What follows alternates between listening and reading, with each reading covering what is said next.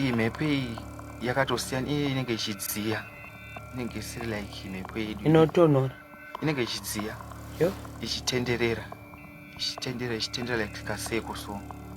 Saka ini the more yandongoenda pakati papo ndinobva ndatongoenda kutoflya mudenga kutoenda tete kutoenda. Saka patosvika kudhamu kwekuya ndinotombonova macelebrity emunomu wanga wane mukurumbira wane mari chaizvo vari vapenyu kunyika iyoyo, kunzvimbo iyoyo. vanenge vari vanhu vakafa? Vanhu vakatofa asi macelebrity emunomu, vanhu vaiva nemari stereki kunzvimbo iyoyo vapenyu tete. Ndinotovaona vanenge vachitoti ndo nzvimbo yedu inei. Vachitei? Like vanhu ava tete ndinovaona vakatogara pamachiya like eumambo wewe mumvura imomo vakatogara. Iwe unenge uri pai? Ini ndiye ndiri kumacheto emvura uko. Saka vanenge vachiti uya pindawo gezi totopinda mumvura meme. Okay, ndivo chete here vanhu vauri kutaura kana panenge patori nevamwewo vanhu?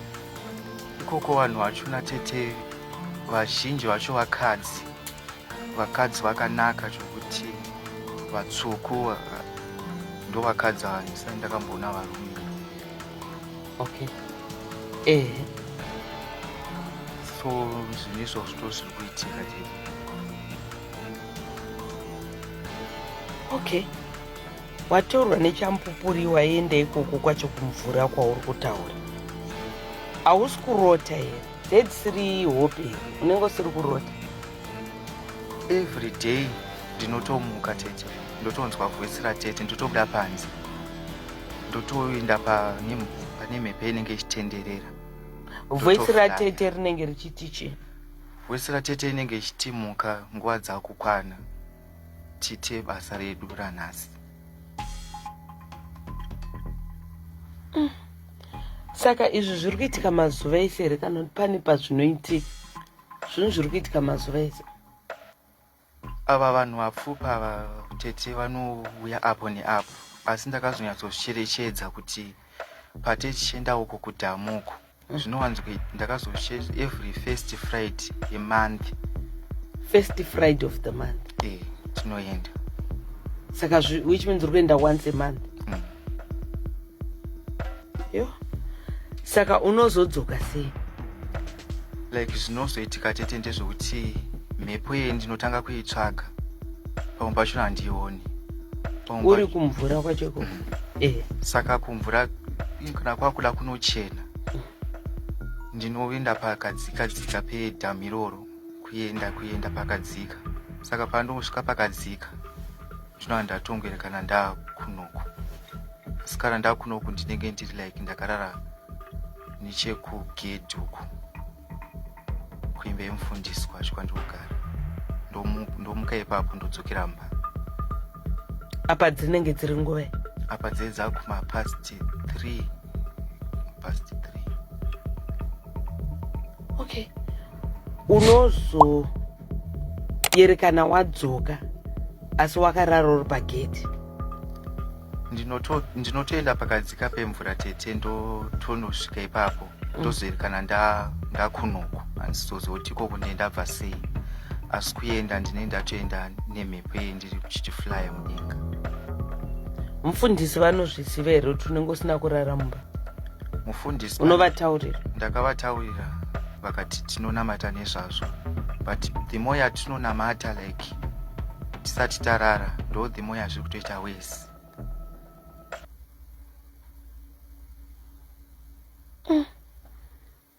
Saka izvezvi zvokuyerekana waenda wakumvura kunyika yekuSouth Africa zvane nguva yakareba zvakadi zvichiitika? Zvane makore mangani?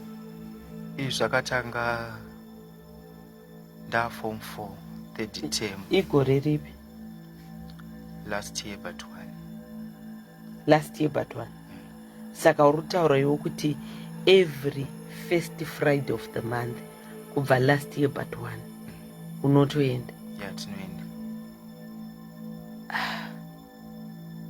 Saka pauri kumvura ikoko uri kupiwei, uri kudzidziswei, uri kunzi kuuya kwawaita zvauri kuita izvi zvichakubhenefita chii? mafirst days zvainzi unoita mari tikakupa zvatinokupa kuno, so mafirst days dairamba, so vaiti tinoda kugadzira madhivi mai vaiti tinoda kugadzira madhibhora asatani atinokupa unoisa murodhi everywhere. machi Madhibhora asatani, madhibhora ndochicho. its like zvihari zvinenge zvakavhurika kumuromo kwayo kuita mavhi anenge ari mavhivhi, so nemune oil, saka ukanoisa parodhi within 30 minutes panotoitika accident parodhi papo, so the more parinenge rabuda ndo the more yauchaita mari. Saka wakabvuma here kuita izvozvo? Handina tete, ndakaramba. Okay, saka ukaramba haisi mhosva here? Hapana zvavanokuita? Hapana. Okay, saka kana wakaramba sei uri kungogara uchienda uchiramba uchidzokera? Apa chiutetika tete ndechoti vari kungonditi ita zvatiri kuti uite mari. Ona una wabereki ita mari yako munhu. Ndikangokupa izvo ukanoisa any road yaunenge uchida kuisa kuZimbabwe ikoko, pakangodeuka ropa chete unotoita ungoti kana wane mari yako mumba mako wotoita life yako. Anenge achikuudza izvozvo ndiani? Ndo macelebrity aya akafa kane mukurumbira. Right, usataurako mazita. Right, okay. Tete ava hapana zvavakambokuita here, zvavakambokudyisa here, kana kuti zvimwe zvinhu zvavakambokuita? Like tete munhu aita zveculture, saka ndisingazozive zvangu kuti dzimwe dzenguva taiti kana iri Sunday, every Sunday taienda pamharadzano, saka vaibika porridge rematamba woisa zvimaherbs avanoisa, vonotora imwe hebhi inocherwa so voisa futi muporridge iroro. Then kana taenda pamharadzano tinenge apa mamuri pai kumusha? Apa hatikusi kumusha, tete augare kumusha. Kana maenda pamharadzano modi taipisa masheds, saka iye vaikumura dhiresi ravo vosara nebrief, inini ndainzi ndipise sheds. mainge muri vangani? Taingoenda tiri 2 natete. Apo wanga wakurere? Aipapo ndofunga ndokwana ndiri kumagrade 7. Alright, wobvisa shed? Tete vaibva vanditi pfunya chibhakera uchidya kusvika tapedza kudya twachizokera kumba. Muchidai kuisa chibhakera muporridge maya muchidya mese natete? Apa izvi muri kuzviita nguwai? Izvi taizviita manheru, maybe zvekuma-past 10. Saka pamuri pamharadzana apa hapana vanhu vakambokuonai kana vanongosvikawo kana kupfuurawo neipapo? Tisati. Hapana akambokuonai? Like hatoende pamharadzano yemulocal, like pane chinhambo chatombofamba kuenda like kune turoti tudiki diki. Apa pamuri kuenda muri kutofamba makatakura chihari chacho icho chine porridge? Vanenge vakachisa muhari vochisa like kabhokisi, so muchibhokisi chaunenge wainacho chesimbi chine ngura chekudhara, saka ndo chavanoisa toenda nacho. Right. Tete ava vane mari here? Tete vane mari. Munhu akapfuma? Ya, munhu akapfuma. Pauri kuti vane mari uri kureva kuti chiko? Vane imba, vane motikari, vane zvinhu zvavo, vane chii? Like vatori nezvese, mota yaunodhiraivha, imba vanayo, mari vanayo business vanaro ravanenge imba yakakura sei? vane double story. Vatori nedouble story nemotikari yavandodhiraivha marenji rover havana vana, havana murume. Maingogara muri 2? taigara tiri 2. Pamba pa pane vashandi here? Pamba pa vashandi vese vanongoti vakauya vasikana ebasa vanongoti pamba panapa pagariki. Sei vanoti cha? Akapedzisira kuenda mazuva ndandiriko aiti ndamuka ndinonzwa kubatwa mazamu angu saka dzaswa yakaenda. Alright, okay. Ko vabereki amai vapenyu? Amai vapenyu baba vapenyu? Ko wakadi kuenda kwavari vari kuzviziva here zviri kuitika izvi zvauri kutaura zvese izvi? Vari kuzviziva here kuti ndo zvauri kusangana nazvo? ina amai handizivi kuti variko vakaibuda vakaenda kupa, asi baba ndakambovatsanangurira. Amai pavakasiyana nababa handina kuzobvira ndakavaona ipapo. Alright. Asi baba ndakambovatsanangurira kuti ndo zvandiri kusangana nazvo kumba kwatete. Vakati zvinhu zvinopfuura, just focus nekuti uri kutochengetwa, wada kutsvaga zvakawanda ndowakutozvinetsa. Alright. Ko vamwe vadiki kwauri vanin'ina varipi?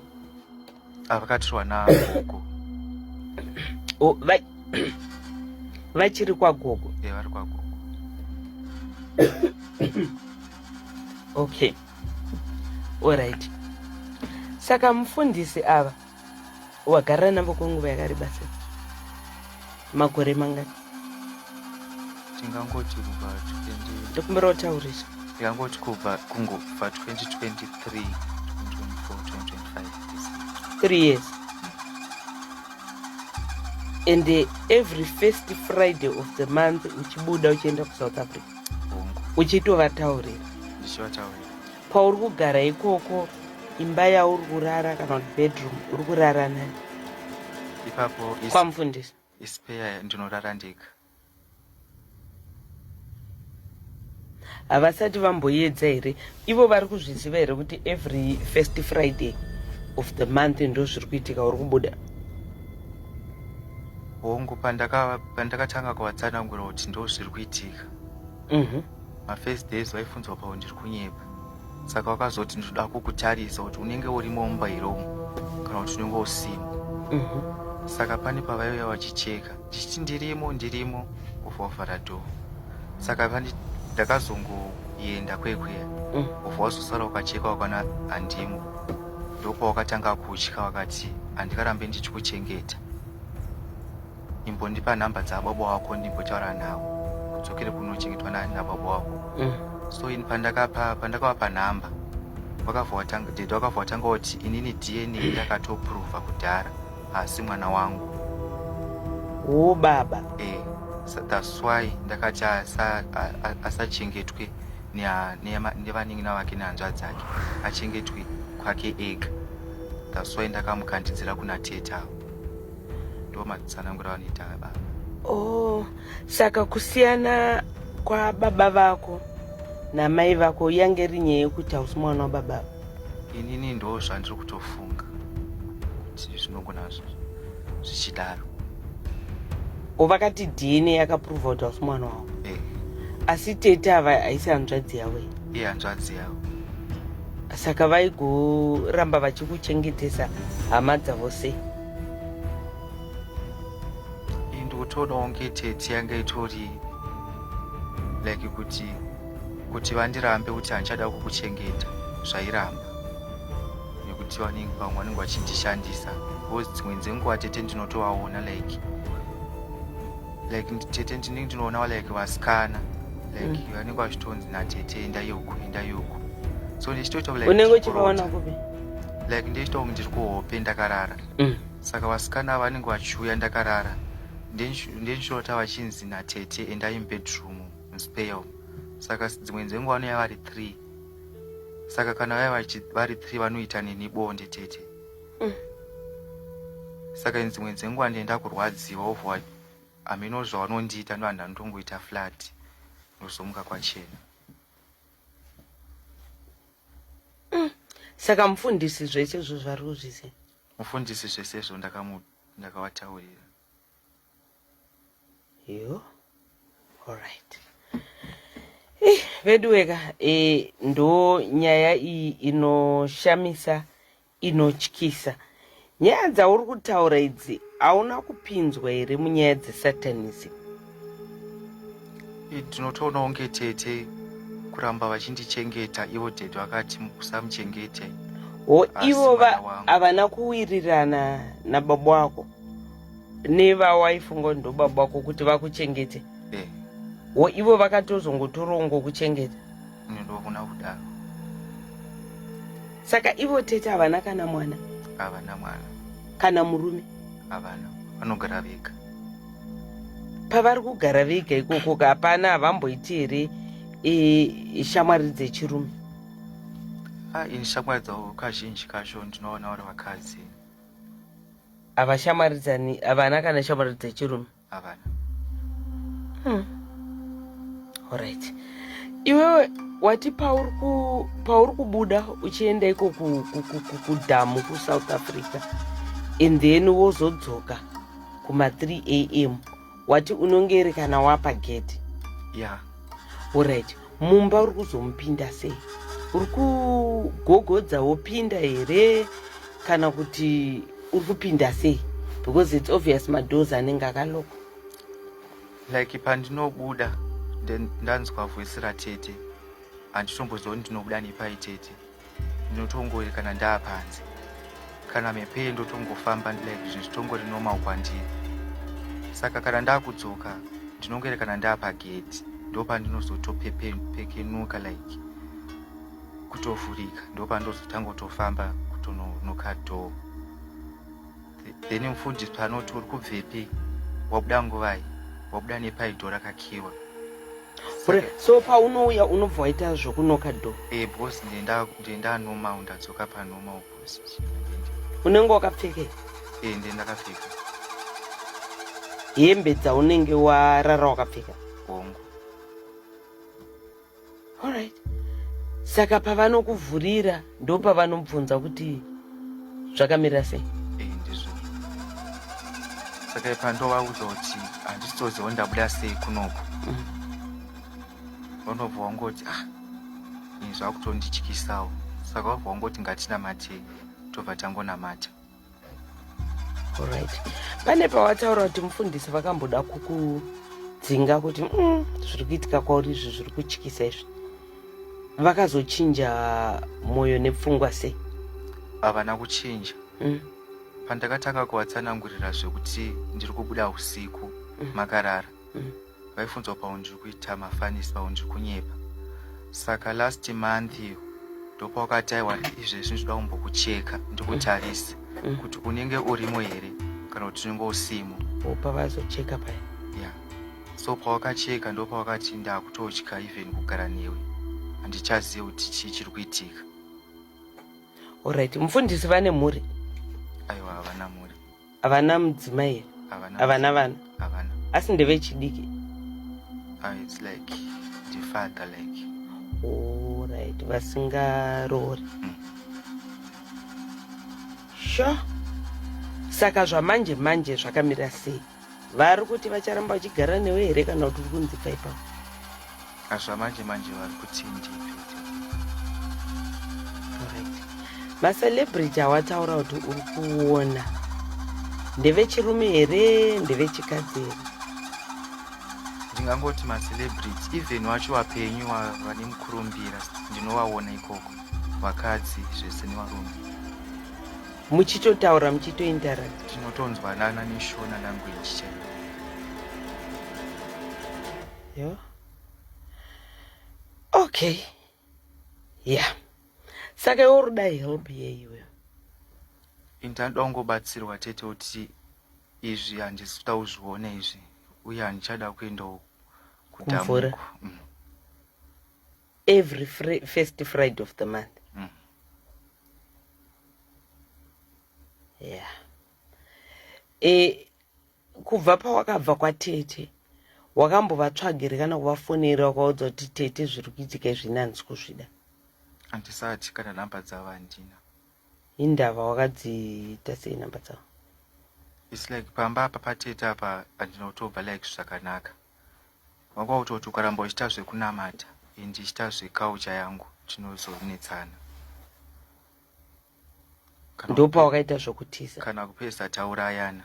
It is better ubve panapa kana usingade izvi. Alright. Pavari kuti kana kupedzisira zvataurayana vakambouraya vanhu here zvawakaona? Ini handisati ndakavaona. Yeah. Anyway, munyaradzika nyaya yako inotyisa. Ndoziva nyaya idzi takambodzinzwa, nyaya dzesatanism nezvimwewo zvakadaro, but nezvauri kutaura izvi ka zvinhu zvinotoshamisa zvokudaro. Apa uri kutaura kuti kwauri kugara kwacho uri kutonzi nenonda kutotya kuti ndinotomuka ndichiona munhu asimo mumba. Ko ukamboedza kuti iyo first Friday of the month yacho yauri kuenda kumvura umbonzi urare kana mumba nemumwe munhu? Mufadha ivava vana mufundisa vavana kufunga izvozvo? Havana kumbozvifunga. Yeah, okay. So vanoda kukubatsira wati vanokubata papi? Mati?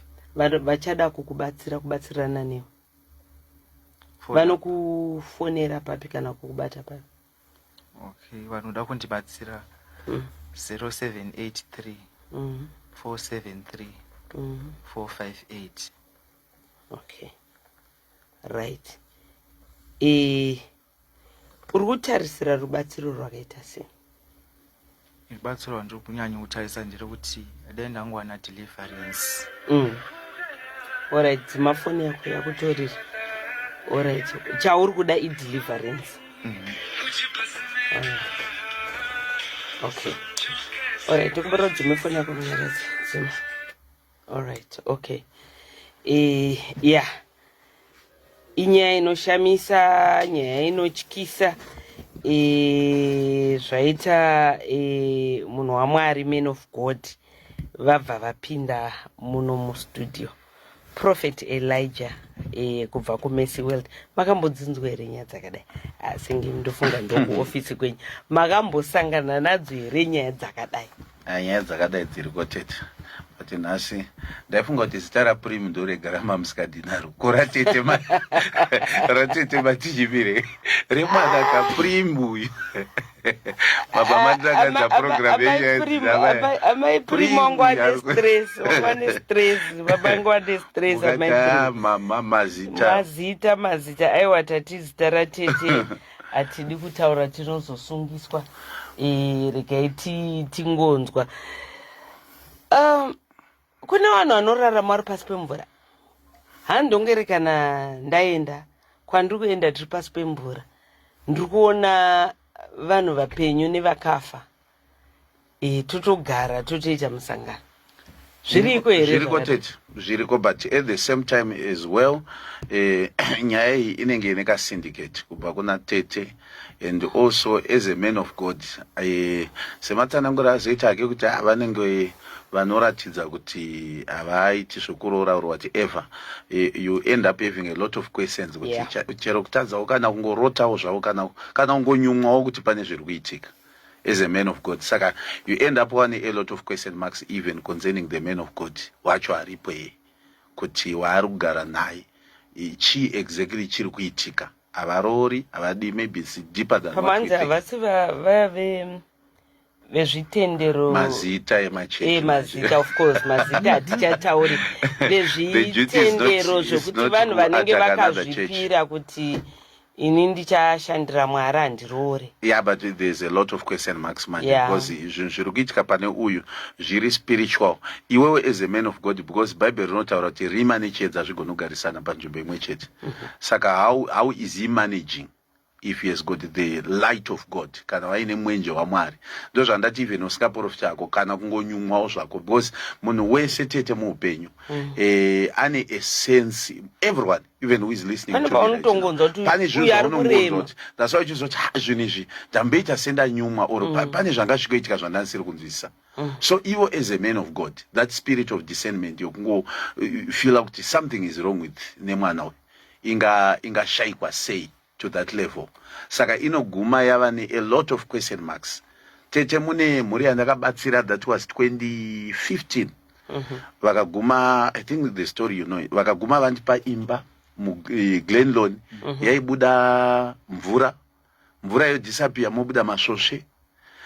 Family vavakandoromba vari vatatu, baba vacho nemwana nemumwe, but zvinhu zvavaita zvemabusiness zvastory nemusoro wese. Pane chinhu chokuti vaiti vakapinda mutown umo mumararo, aiti vakasumudza tsvimbo mutown, mari dzanga dziri 100 meter radius, munhu aishayiwa mari yake. It's a very true story, and with a popular man. Like Mazita. Popular Mazita makazoreva. I think the other one aiteta zviimbani. Yes. He was a musician. Mazita ndo amaramba.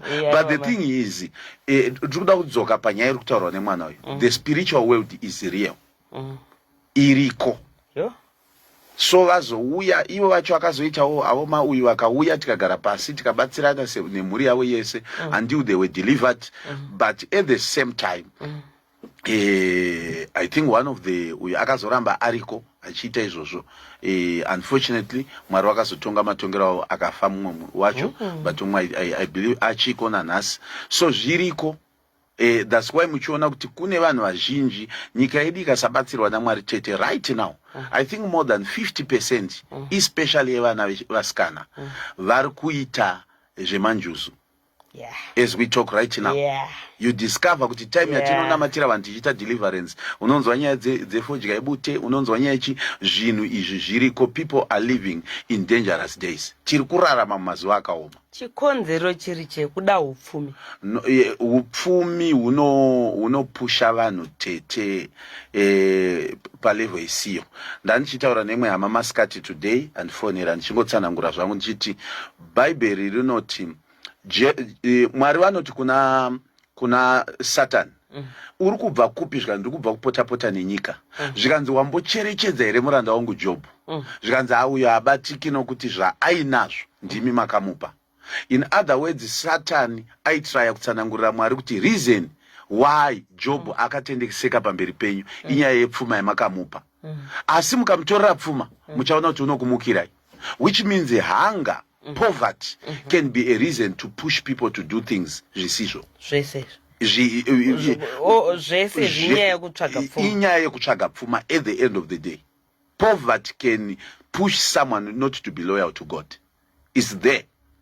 Nyika yomweya iriko inoraramika. And izvozvo, that's why muchiona tete kuti kune vanhu vaya nyama muchambobvunzai pasi pemvura. That's why muchiona kuti kuchine an environment, kana kuine vanoziva kwedu kumusha kubhigita kumasvingoku, titori nerwizi panonzi Parozva, panototorwa gore at least almost after every 2 years panotorwa munhu nenjuzu. Juzi iri kweri 100%. Munhu ari half fish half moon. The way how the people now, the way how people define it now, kuti half fish half uyu manje, ndo pane ma questions ipapo, but njuzu imepo utori mweya. Vanoziva kumusha kwedu kwatiri kutaura kumasvingo kubhigita uko, vanotoziva tine pano pekuti pane katsime karipo so kekuti hapatosvikwi chero nekapu yesimbi, hapasvikwi nebhara. Yowe. Anything metal panobva pangoitika zvimwe zvinhu zvisizvo. Yowe. We remember, I think chitaura dai kana kuina wakatera vanoziva about that area, kune munhu akaenda nefoni chimbudzi, vaine musangano wemazioni waivako, cheblack ndobva chadonhera mvura, chakadonha pamusangano wemuna April, ndobva vazodzokera next year yacho yaitevera muna April again, ndobva foni yake yangozopapama pamusoro pemvura, bhatiri riri pasame level yaraiva.